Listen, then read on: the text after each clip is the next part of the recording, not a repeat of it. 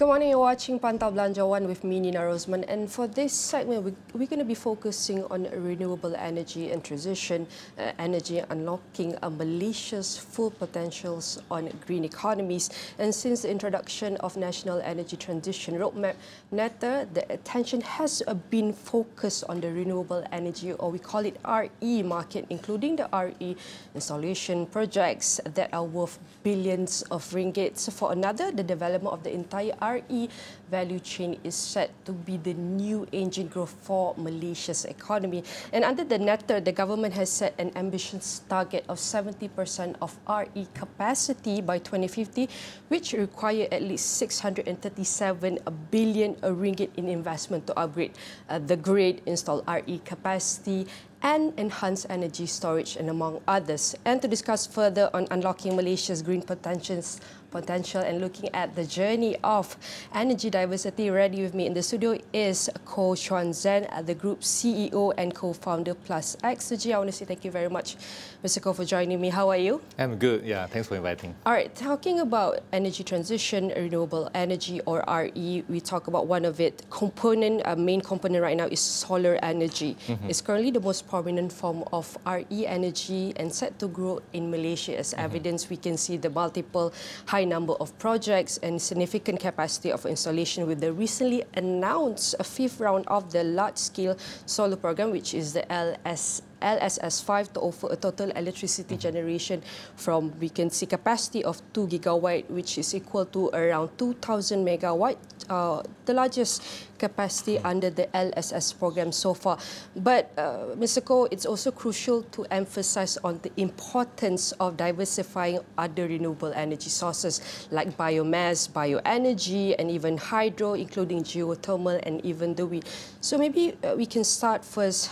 Can you tell us about the diversification of renewable energy sources in Malaysia right now? What are the reality?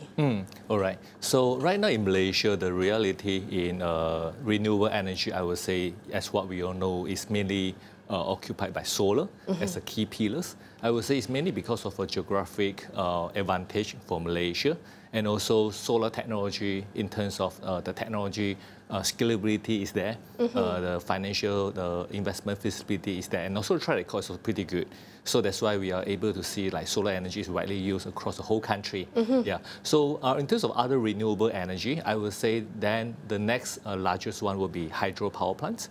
Yeah, so the hydro energy, the hydropower is also something that widely used. It's just probably not everyone able to access to like solar, like every place, anywhere they can install solar for your home, for your factory, or from a piece of groundwater solar farm. Yeah, so hydropower plant is more specific to some certain environmental area. Yeah, and then we have to protect the environmental matter as well when we build hydropower plants. And if you look into like biomass, biogas, I would say biogas right now is widely used as well. So under SEDA governance, actually right now, besides solar, like biogas is also, there's a lot of adoptions. And I think in the past 10 years of historical numbers and financial investment track record, it's also pretty good. Yeah, in terms of the size itself, they have their own focus. Yeah, so compared with solar that can up to like 100 or few hundred of gigawatt, they might not up to that level. Yeah, but the other one I would say is also upcoming like biomass. Yeah, biomass, which is also something that widely used. And Malaysia, we have a lot of those fixed stock there. So I think it's also back to some of the fundamental economy numbers, terms, especially like operation cost, OPEX, for biomass power plant investment.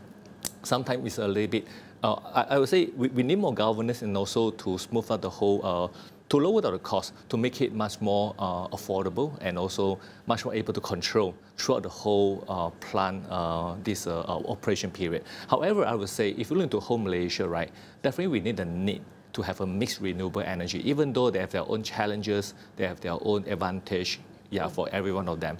But with a mixture of renewable energy, especially like biomass, biogas, which have a much higher capacity factor, which is up to like 70%, which means they can run their operation without like considering daytime or nighttime like solar. Yeah, we were able to stabilize a little bit more in terms of renewable energy resources on the supply on the grid side. Yeah, so I would say besides renewable energy, the diversification in terms of technology, we need to stabilize the grid as well. That's why recently we will mention some other technology like BESS which is battery energy storage system, on the grid level to stabilize the grid security is also something very important. So this is what we will see in Malaysia under the NETA program, that what we are going to have more type of different renewable energy and also much more diversification in terms of technology in this country. And it's amazing from you talking about the landscape of RE in Malaysia, starting from the geographical advantage of what Malaysia can serve, and also including the skills and even the technological advancements. And let's take a look at the financial implications and the opportunity investments within the renewable energy sector. How can the development of RE value chain can serve as a new engine growth for Malaysia's economy especially? I would say for Malaysia, the whole economy definitely is mainly back to the manufacturing. Yeah, especially right now because of after pandemic and after the diversification of the whole supply chain globally from China to other countries. Malaysia, we are one of the winners as well. So the key is how can Malaysia attract more foreign investors here to invest in Malaysia? And the key right now, it will be on the ESG-ready ecosystem. Yeah, because right now, as what we know, globally, or a lot of different countries or corporate, they have pledged this net zero goal or carbon neutrality goal for the country itself and also for the company itself. So in order to make them to be RE100, renewable energy 100, which means their corporate is all 100% powered by renewable energy. And they also, like Apple, they just pledged they need to be like net zero by 2030, which means that zero the carbon emissions. So in order for them to achieve that goal, they need to look for a country who are really friendly in terms of a low carbon ecosystem. Yeah, in Malaysia right now, I would say we have two, demand side and also supply side, to make the whole economy stronger. So on this, I would say the demand side, which is the energy demand, which is definitely for all these foreign investors. They are looking for a country who are quite friendly in terms of ESG, yeah, in terms of having this ready talent and also the policy, even though for financial facility, to make sure when they move their investment in this country, they are able to immediately enjoy to lower down their carbon emission, and for them probably like this carbon tax incentive for them to lower down their CO2 emission. So Malaysia, I would say, in terms of the whole ecosystem, the talent, the financing side, especially from bank, is all ready. On the energy supply side, that is the key, is on the NETA program. So that's where the country, in terms of supply the whole energy as a backbone for the country, because that's a source which produces the most carbon emissions. So as long as, let's say, by the goal with 2050, we are able to generate the power with 70% of the whole country by renewable energy. Yeah, definitely this goal is very attractive to attract a lot of different foreign investors here to Malaysia, because they have a trust, they have this belief that this country is able to help them, for them to achieve their corporate goal as well. Yeah, that's why we were able to see like the global movement move into like more AI. When we need more AI, which means we need more energy, especially when you do the machine learning running, you automation need a lot and of energy. Yeah. Correct. So that's why when you need more energy, but all this energy have to come from clean energy. That's why the demand is spiked. It's a lot, especially right now in Malaysia. There's a lot of data centers coming in. So I will see that with this ecosystem readiness, yeah, we were able to attract more foreign investors, and definitely it will able to grow in this country, especially when we need to build more like solar power plants or solar project, or even the other renewable energy project. You will be more entrepreneur there. You will be able to create more job opportunity. Yeah, and also the technology and the knowledge transfer. Yeah, to be this country to be one of the top in terms of renewable energy knowledge in Southeast Asia. And that is the prospect of renewable energy in Malaysia. We can see includes provide job opportunities, and even we can see the NETA is a domestic initiative by government. It's also a benchmark to attract more foreign investors to boost up the ecosystem. And talking about boosting up the whole ecosystem from the industry player, institutional in the R&D process, and we want to talk about this SEDA, like you mentioned previously, its role. If we go back to the SEDA historical and ongoing role in nurturing the renewable energy industry through mechanism like feed-in tariff, FIT, how can mechanism, programs, or even a model like this can be an example for us to even boost the green ecosystem? I would say the feed-in tariff, FIT, this mechanism, if without the feed-in tariff, Malaysia, we won't have where we are today in terms of renewable energy portfolio. So it's a activator and also to accelerate the whole clean energy investment to make it sexy and also profitable to attract banker and investor in. Yeah, so that's how we all have all the solar. Yeah, it's because of feed-in tariff. And right now, I would say solar has reached grid parity, which means early why we need feed-in tariffs mainly because of the solar energy price is quite high. Yeah, and the energy TMB price, the energy cost in Malaysia is quite low. So we have a gap there. So along the years right now is grid parity, which means each cost right is about the same. Yeah, so that's why feed-in tariff for renewable energy like solar, yeah, basically is like have the different policy able to run it in a more sustainable way without much government subsidies. However, for other renewable energy, we still need feed-in tariff this support. Yeah, because of the economy of scale. Yeah, probably there's some room to grow from there. And also, we need more people like SEDA, yeah, actually to encourage more people to invest in other renewable energies as well, instead of just solar itself. Yeah, so I would say SEDA, they run quite a good governing role and also a mechanism to really push and also cascade the whole Malaysia development in renewable energy step by stage, yeah, in a quite a solid way in the past 12 years. All right, implementing the mechanism like FIT is one thing, but do you think the Malaysia's industry, in terms of readiness, are capable to following the policy on even regulations on this, or do we need more enhancement? Yeah, I would say the policy in Malaysia is quite well governed. In the rest of other countries in South Asia, we consider quite steady structure. Yeah, just in the past, the speed is not the fastest, so we are like slow and steady. So this makes the whole industry, the whole ecosystem, or all the players able to catch up with some space, yeah, to grow. But right now, I think we are already reached the tipping point that able to fly. Yeah, we need to accelerate. Yeah, we need to fly from there. So I would say right now, with more policy, right now, I would say the discipline is really there. So what my point of view is Malaysia policy in terms of in order to accelerate the whole energy transition, right? Yeah, we need to. I think the government still need there, but some process we can make it lesser and also smoother. Yeah, so it will able to motivate more people to invest in renewable energy instead of a lot of lengthy processes that we need to go through, or let's say the different government party. Yeah, in terms of the communication that. If, let's say, someone able to sync it up, to able to smoothen out the whole process. So, for example, like solar, I would say the best way is, let's say, for home solar, if we can just install today, after we install, then we can just register, yeah, without like getting the quota.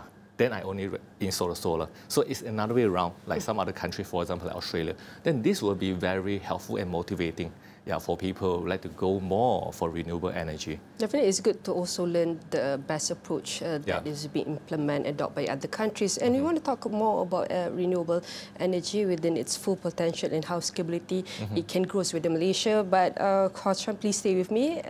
Pantau Belanjawan will be taking a short break, and we'll be right back.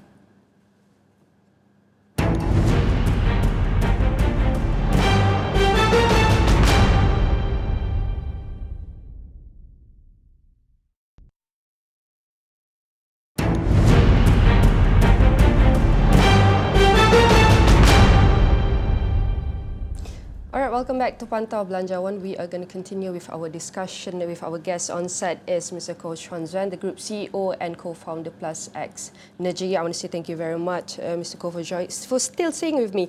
And there's a lot that you have shared from even the challenges as opportunity within the renewable energy sector in Malaysia and what some of the approach by some countries that they implement and adopt within the RE projects and significant capacity infrastructure facilities. And we want to say, considering Malaysia context, we are number 2 in major producer of photovoltaic producers, which is behind China. What are some of the lessons that we can learn, their best approach in adoption and implementing the renewable energy within Malaysian context that we can learn?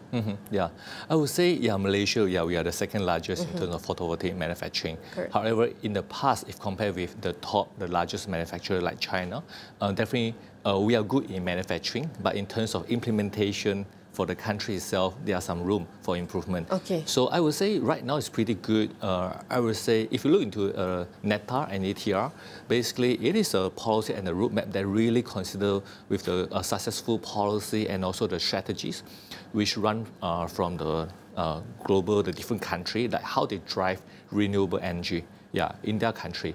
So that's why I would say that is quite a holistic and a strategic plan for Malaysia that really consider the good practice in other country. So if you look into the NETR, beside renewable, and also it's also come with green mobility, like EV, and also carbon capture. Carbon capture in terms of any CO2 emission, especially on oil and gas side. How can they really capture carbon and also store it? So all this. So if you look into that, it's pretty holistic. It's pretty holistic. And I would say, back to one key things in order for a country to move strongly, more stable in renewable energy transition, it will be back to this country grid energy security. And also the infrastructure, the upgrade of the whole infrastructures. Because when we have more renewable energy in a country, which means there's more renewable energy sources like solar or wind, it will be based on the season or based on the daytime and also nighttime. So if let's say the national grid right now is all from the constant supply, like for coal-fired power plant, it's something that predictable. So how can this grid become smarter? How can this grid have more energy reserve, like what I mentioned, BESS, which is battery energy storage system there. It's something that what we are focusing right now, in terms of industry player and also with this policymaker and also with people utility player like TNB. So which means what we foresee in the next move, right? When we have more renewable energy plan like solar, like LSS5, or like CGPP, or upcoming could be this third-party access. Which means all this solar actually also have to come with a battery storage system. In order to make the grid stability is there. And with that, right, basically, I think definitely the economy of scale and also the capex also will increase because the battery system right now today is like another solar system. Okay. Which means solar plus battery is like your solar system capex, you multiply with 2. Just a layman concept. It's almost like that. So how can government, some of the subsidies, able to subsidize on battery storage investment, like from MIDA or from this green investment tax allowance? So this is something important. So in that case, right, battery energy storage system definitely is one of the key technology for us to move on. It's just like solar in 12 years back in Malaysia. So that's why the merge between energy generation from solar and battery storage, this system in power plant level and also on the commercial industrial building level, or even though for residential level, is crucial because it will be able to be much more smarter for us to control between the energy grid, the need, and also how can I supply from solar side, stabilize with battery storage to make our energy export to the grid more constant. So this is the technology part, and this is the interesting part, which is very crucial and important, especially when our country energy right now from probably about 10% of renewable energy up to 70%.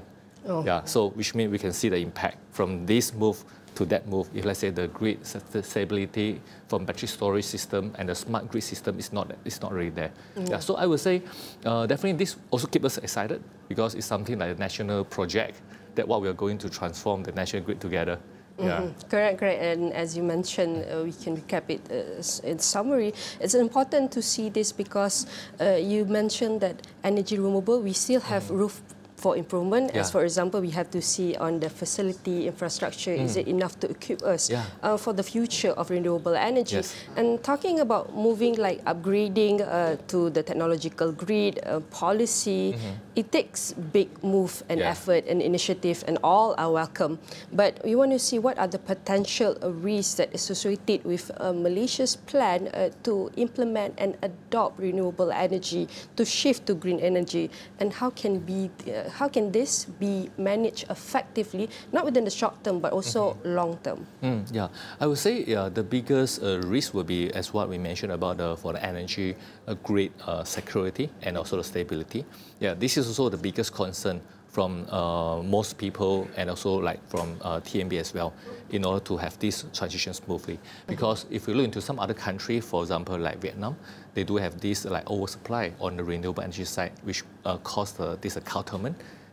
So actually this will impact. So which means whatever you generate on your power, maybe the grid only can capture for 10 or 20%. So this will bring a negative impact for the investor. So I would say for this, definitely we need a room. Yeah, let's say for a few years plan. Yeah, from what stage to what stage, by removing some of the subsidies on the energy side to reinvest that subsidies into like renewable energy side for the country to have more like solar and other renewable energy adoption. The next phase will be from the battery energy storage adoptions. Yeah, so at the same time we need to educate the banker as well. Yeah, and also government policy to make this transition able to run it smoothly as well. And definitely then we need to work closely together with a lot of other like grid experts, yeah, to make sure all these movement, right, able to make the national grid stabilize. Yeah, so if this is a risk as well, at the same time it's also an opportunity. That's why when you mention about there's about 637 billion. Investment into not just renewable energy but also the grid stability, battery storage, yeah, and all this. And this is, I would say, yeah, something that we need to take note on that, but it's also an opportunity. Transitioning to new energy or even green energy, for example, like coal, we know that it's getting pricier, something that along the way people's going to be hard to afford that. And then, okay, coal is expensive. Okay, we generate to green energy, and it's not as easy as it sounds because we need to balance a certain point of economic aspect. For example, like how can Malaysia ensure a balanced energy transition between environmental concerns and even the economic sustainability? Yeah, correct. Because I think you pointed out rightly, because it can't just switch like that. Yes. Which, there's a lot of business that we need to take care of, which there's an ecosystem right there, like Chuan, like coal-fired power plant, which is all running there and also pretty stable. Yeah, so definitely the whole transition, it needs more education.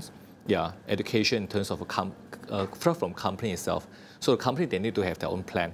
Yeah, I mean like ESG actually or SDG is something very good for them to have for years, for them to target like from 2030, what's milestone which I want to achieve, 2040 or 2050. So from there, the economic impact is also important for them because some of their energy mechanism, engine right now, is all depends on those traditional energy, and also they are a part of that value chain.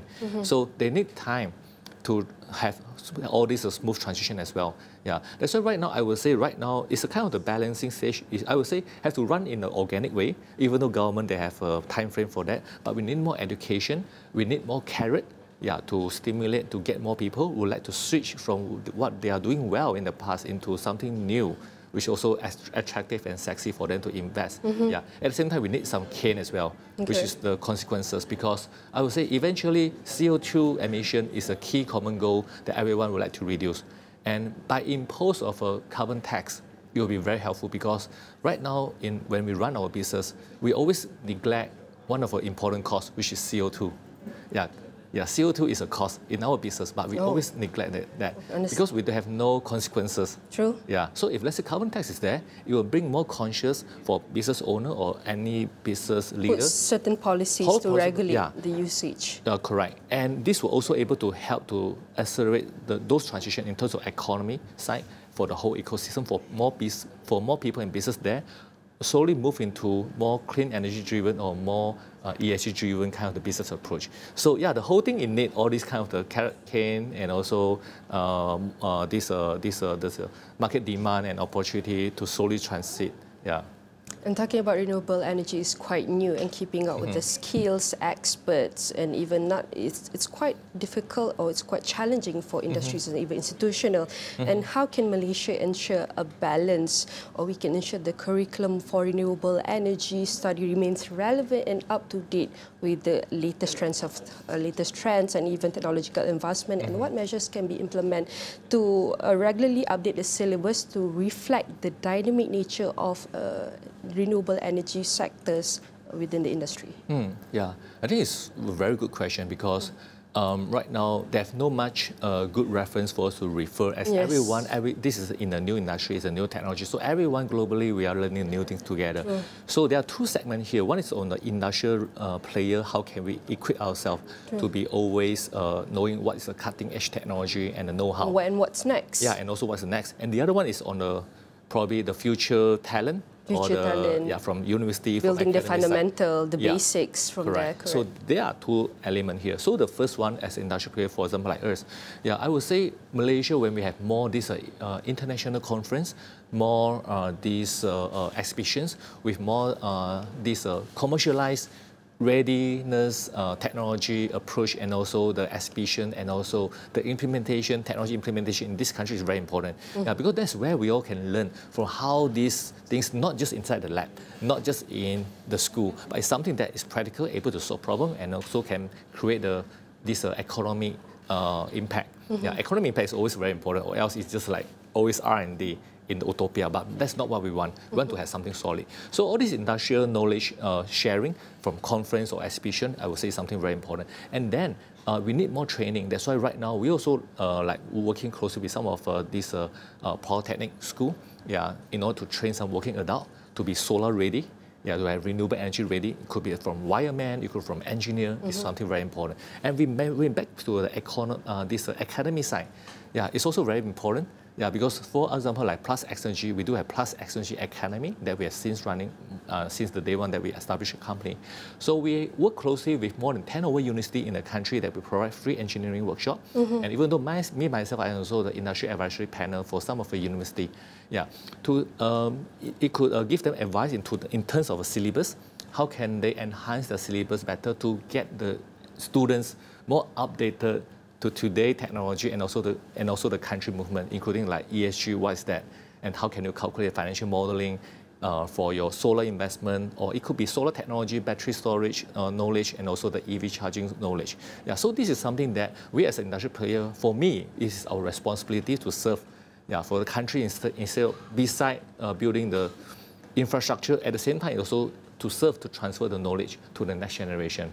Yeah, so this is how we are able to create the whole ecosystem in terms of knowledge and also the talents, yeah, in this country. Right, we still have a lot to do, achieving from 10% to 70%. We still have a balance of 60%, and maybe a few years till we achieve net zero by 2050. And for, as you mentioned previously, if we can summarize according that, not only we need to focus on how to shifting to new energy, but we also we need to focus on how to shifting the knowledge of new energy between the new talent and between the current talent that we have within the industry. And I want to say thank you very much for this interesting and inspiring sharing on the renewable energy landscape, that you provide a comprehensive understanding on the current trends, challenges, and even the future direction that is necessary for achieving countries' energy and environmental goals. Again, I want to say thank you very much to our guest, Chuan Zhen, the Group CEO and co-founder, Plus Xnergy, and definitely all of our discussion here will be featured in AstroAwani.com and across all social media platforms. And that's it for Pantau Belanjawan. I'm Nina Rosman. See you next time.